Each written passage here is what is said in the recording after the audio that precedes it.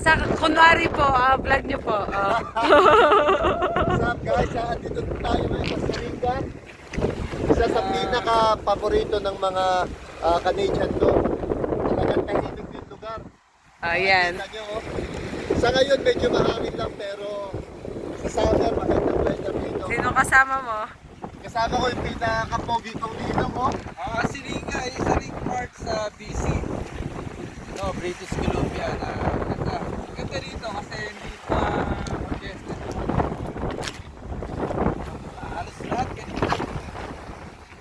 Ganyan ako hindi kaya mag-tawag ka. Gusto ko pipigil. Masyado pa lang ito. Isip masyado pa lang ito.